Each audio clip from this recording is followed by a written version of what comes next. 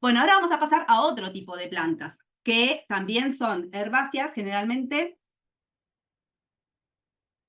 y son las plantas de interior. Hoy vamos a ver diferentes tipos de plantas que no hemos visto con sus diferentes características, pero para que vean que tenemos que tener en cuenta ciertos atributos de cada una. Las plantas de interior en realidad son plantas de exterior que vienen de zonas tropicales, ¿sí? O subtropicales o zonas selváticas, pero siempre que están, su origen es de lugares con climas cálidos. Por eso es que se adaptan a estar en las temperaturas del interior del hogar, ¿sí? Pero naturalmente son plantas que han nacido en la selva o en zonas tropicales, subtropicales, pero al aire libre, en condiciones naturales, o sea, no estando dentro del hogar, ¿no? Es necesario diferenciar este detalle porque nosotros tenemos que saber que a las plantas del interior de la casa la tenemos que cuidar y darle las características ambientales para que ella se desarrolle bien, como si estuviera en su lugar de origen. Piensen que todas las plantas de interior son de zonas tropicales, entonces toleran bien el calefactor, la temperatura del hogar, toleran bien el clima cálido. Pero piensen en esto, hay que darles las condiciones lumínicas, de temperatura y de humedad, ¿sí? Adecuadas al lugar de origen. Por eso es que hay que elegir las plantas y saber colocarlas con respecto a la luz que van a recibir y con respecto a la humedad que van a recibir, según de dónde provengan. Si nosotros lo conocemos, mucho mejor, pero ustedes piensen que si una planta solo sobrevive adentro de la casa es porque es de zonas cálidas, ¿sí? Eso como característica principal. La mayoría de las plantas de interior requieren suelos livianos y muy drenados. ¿Por qué? Porque piensen que en una selva, en un bosque, hay muchas plantas que se mueren, hacen compost, esa es una tierra muy liviana, se autogenera constantemente un compost automático de las plantas que van muriendo, se van pudriendo, se va haciendo con la tierra un compostaje natural. Entonces esos suelos son buenos, son muy livianos, son muy drenados, son muy húmedos y esas son las características que nosotros tenemos que darles a esas plantas que tenemos adentro de el interior de nuestra casa, ¿sí? Entonces tenemos que darle ese sustrato aireado, ese sustrato con lombricompuesto, con muchos nutrientes, bien de bosque, bien de selva. Así que piensen en esto cuando preparen ahora las plantas de interior de sus casas. Y con respecto, a ver, ¿qué tenemos acá? Acá. Al tema de la tierra, acá les dejo para que vean que esto seguramente lo han visto mucho en muchas plantas cuando hay déficit hídrico, ¿sí? El crecimiento de las plantas es más lento, de las hojas, algunas se traslucen porque le falta el movimiento de la clorofila en las hojas, algunas se caen las hojas, tienen los bordes secos o amarillos como están acá en la foto, ¿sí? Todo eso son síntomas de que falta agua, que no les está llegando bien. Entonces, no son plantas que necesiten encharcamiento, pero sí son plantas que necesitan mucha humedad y hay que tenerlo en cuenta. ¿Qué pasa si, por el contrario, tenemos un sustrato totalmente cerrado, anegado, apretado, que no el agua se encharca constantemente? Bueno, tenemos un problema de drenaje, ¿sí? Esto por eso les digo, tiene que estar húmedo, pero no encharcado. Acá es donde vienen los hongos, ¿sí? En la superficie de la planta se producen este hongo que está ahí en las hojas, ¿sí? Hay mal olor. Las hojas jóvenes y las viejas se caen todas al mismo tiempo. Las plantas están manchadas, ¿sí? O podridas. Bueno, todas esas observaciones ustedes las pueden hacer, se van a ir dando cuenta y vean el tema del sustrato que tienen incorporado en esas plantas de interior. Recuerden que el sustrato se tiene que asemejar con el sustrato de origen de la planta, de dónde vienen las plantas. Si son plantas que están en el interior, significa que no toleran estar en el invierno afuera. Entonces, vienen de un lugar tropical donde hay un compost natural en el suelo y eso es lo que nosotros tenemos que tratar de asemejar, ¿sí? Esas macetas con buena nutrición, buen drenaje, hagan todo lo imposible para que estén húmedas pero no inundadas. Y otra cosa importante, justamente pensando en esto de que de dónde vienen las plantas, vienen de zonas tropicales que hay mucha humedad. Entonces, si nosotros traemos una planta a un ambiente donde hay un calefactor, que el calefactor lo que hace es secar el ambiente totalmente, le tenemos que dar nosotros la humedad y crearles nosotros un microclima a esa planta para que sobreviva bien. Lo ideal es tener un rociador a mano y una vez por día, cuando ustedes vean que el calefactor está más al máximo, ahí las rocían y les crean un microambiente húmedo, ¿sí? ¿Qué puede pasar? Puede pasar que si hay mucha humedad, si ya es demasiada la humedad, se haga un hongo. Pero eso lo van a detectar y tienen que extraer la hoja que está afectada y tratar de, ahí no tanta humedad, pero es ideal que en el invierno, cuando el calefactor seca el ambiente, porque lo seca totalmente, ustedes denle la humedad a la planta una vez por día con un rociador, ¿sí? Más o menos el ambiente ideal para ellas es entre un 25 y un 50% de humedad. Entonces, con pulverizarlas una vez por día alcanzaría. Bueno, nada, esto, piensen en el clima natural que traen esas plantas, de dónde provienen, entonces es lo que nosotros le tenemos que dar, ¿sí? Un ambiente selvático, de bosque.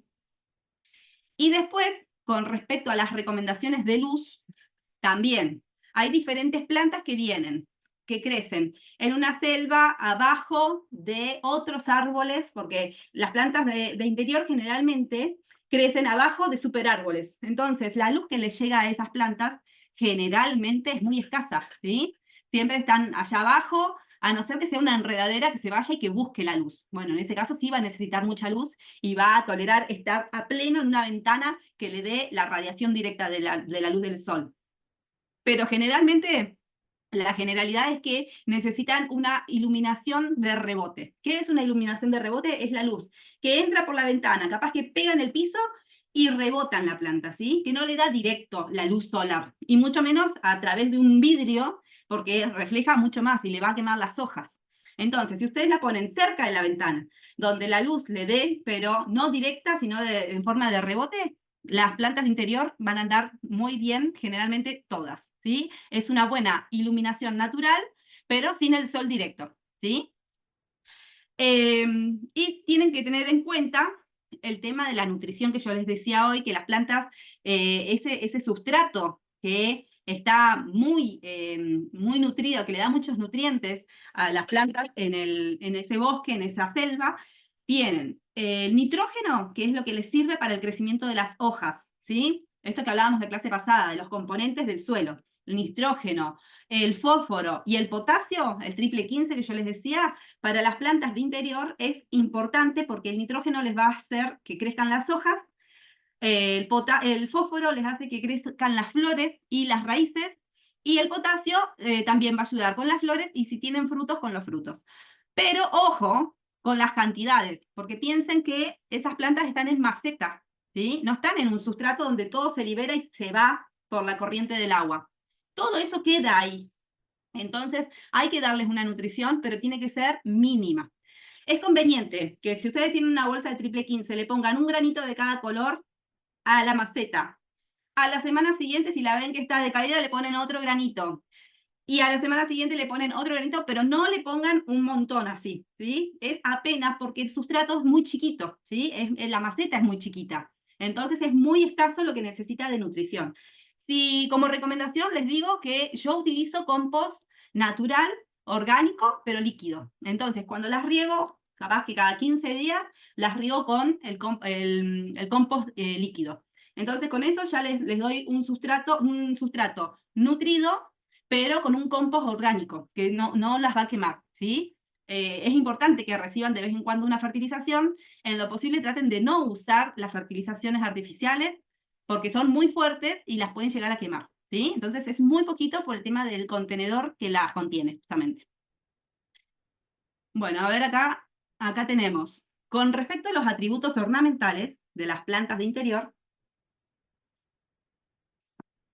esto creo que ya un poco ya lo fuimos viendo cuando vimos las primeras clases, pero bueno, las plantas de interior, aparte de decorar los hogares, las oficinas, los consultorios, los patios internos, capaz que el que tenga, con protecciones, por supuesto, del clima, nos otorgan ambientes más frescos, más armoniosos, más aromatizados, ¿sí? Y tenemos estos atributos ornamentales que se destacan en las plantas. Entonces tenemos los atributos son las hojas, que es el follaje, el color, las formas, el tamaño de su follaje, ¿sí? El aspecto general de cómo es la planta y qué espacio nos ocupa dentro de la habitación donde nosotros lo coloquemos.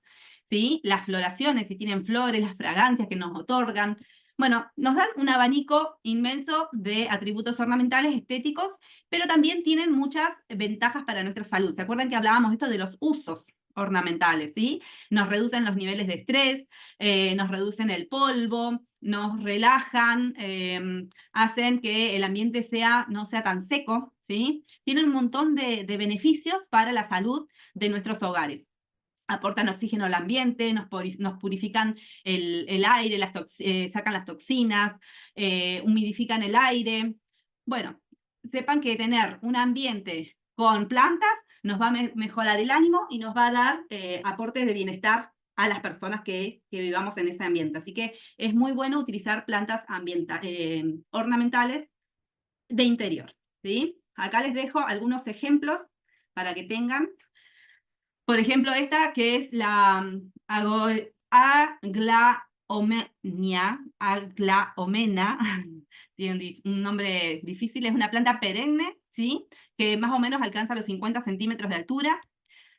Sus hojas siempre están saliéndole, siempre brotan y brotan y brotan, de un color verde. Hay algunas que tienen las manchas más blancas, hay otras que tienen las manchas más grisáceas. Eso se debe a que hay diferentes cultivares, ¿sí? Recuerden que teníamos la especie y después estaban los cultivares, que son las diferentes. Puede ser una rosa roja, la rosa blanca, la rosa amarilla, ¿sí? Es la misma especie, pero diferentes cultivares porque cambian el color. Bueno, con estas plantas pasa lo mismo. Hay algunas que tienen manchas más grandes, hay otras que tienen manchas más chiquitas. Por ejemplo, hay un cultivar que se llama Treubi, que tiene menos manchas, ¿sí? Después de esta misma planta, de esta misma especie, hay un cultivar que se llama Silver King, que tiene hojas más chiquititas, ¿sí? Y así un montón, pero la especie es la misma. Van cambiando un poquito las hojas, los tonos, pero más o menos la planta va a llegar siempre a crecer más o menos lo mismo, son 60 centímetros, más o menos 50, 60 centímetros de planta, y siempre le van a estar saliendo hojas nuevas. Entonces, más o menos es la misma especie, ¿sí? O sea, es la misma especie de diferentes cultivares. Es necesario darle buena luz, pero recuerden que no directo, no el sol fijo, no el sol que la queme, ¿sí? Siempre buena luz, siempre cerca de una ventana y va a crecer perfecta. Bueno, acá les dejo otra, que esta es Aspidistra, es una planta herbácea también, es un rizoma, ¿sí? Tienen follaje liso. Estas las conocen mucho como planta de salón, ¿sí? Hoja de salón le dicen. Es muy brillante, se reproduce mucho, muy vigorosa, ¿sí? Muy resistente. Yo esta planta la tengo adentro y afuera de casa. Por supuesto que afuera en el invierno muere totalmente, pero como es un rizoma, sale y queda muy lindo en esos lugares donde quizás necesito hojas grandes, con este verde intenso, liso, entonces también es para una composición. Lo que pasa es que hay que tener cuidado dónde la ponemos. Yo la tengo afuera, pero en un lugar reparado. Se muere, como ya les digo, en invierno, pero vuelve a brotar en la primavera. Y sí necesita sombra. Esta es una planta de sombra, ¿sí? Tiene un crecimiento lento, va creciendo también durante toda la temporada buena. Si está en la casa, adentro, en el interior, crece constantemente, lento, pero siempre está sacando hojas nuevas. Y las hojas viejas se van marchitando, entonces tengo que ir limpiando la maceta. Ir sacándole las hojas muertas, como es un rizoma, siguen sacando hojas nuevas constantemente. Se multiplica muy fácil porque es un rizoma, así que puedo cortarlo mientras me lleve un pedacito de estolón con un pedacito de codo, de un codito, que largue la raíz, se reproduce enseguida. Y acá les dejo otra, Dieffenbachia, es esta. Ojo porque esta planta es tóxica, ¿sí? Así que es hermosísima, es muy linda, pero si tienen chicos, niñitos chiquititos, que no las toquen, nada más. Aparte, de hecho, las plantas no hay que tocarlas porque ahí también es como que se empiezan a arruinar si las tocamos mucho, pero la idea es que si tienen niños chiquitos, pónganla en un lugar donde no las alcancen, porque es tóxica para la boca, para los ojos, para la piel en general. Eh, Hay mucha gente que no la usa justamente por esta toxicidad, porque no quieren correr el riesgo, pero bueno, para lugares donde quizás no haya niños o para ornamentar un salón de conferencias donde no va a haber generalmente niños, es una planta ornamentalmente muy bonita. Tiene unas hojas impresionantes, como ustedes las ven, hojas bien grandes, bien decorativas, y también tienen diferentes cultivares. hay un cultivar que se llama Tropic, otro se llama Exótica, otro Camila, todas diferencias en cuanto a sus nervaduras, en cuanto a su coloración, ¿sí? Pero la planta en sí tiene más o menos todas, van entre los 45 centímetros de altura y 1 metro. En esa base, en esa superficie crece la planta, ¿sí? Entonces nunca va a llegar a ser una planta de 2, 3 metros. Pero bueno, más o menos son todas iguales, van cambiando un poco las manchas según el cultivar que sea. Y por último, les puse acá esta es más conocida, Sansevieria, que bueno, esta la conocen generalmente todos, también es una planta perenne, no tiene tallos, vieron que las hojas van directamente erguidas desde la tierra, ¿sí? Tiene ese borde amarillo, generalmente la especie, puede haber cultivares que no lo tengan, pero bueno, es súper fácil porque no necesita, no es exigente para nada, un cultivar súper fácil de cultivar. Y nada, esta planta se banca todo, los climas, no necesita tanta humedad, o sea, hay gente que la tiene porque justamente no necesita que la estemos cuidando con la aumentación, con nada. Incluso para reproducirla, mucha gente la corta y directamente por la hoja hace división de hojas y la puede multiplicar, porque se multiplica por división de mata, por las raíces, o por división de trozos de las hojas. Así que se multiplica muy fácil, lo único que, claro, queda muy fea cuando la multiplicamos por hojas, porque quieran o no, estamos cortando la hoja madre y la que queda fea es la hoja madre, pero se puede realizar, así que es para tenerla en cuenta como que es muy, muy fácil.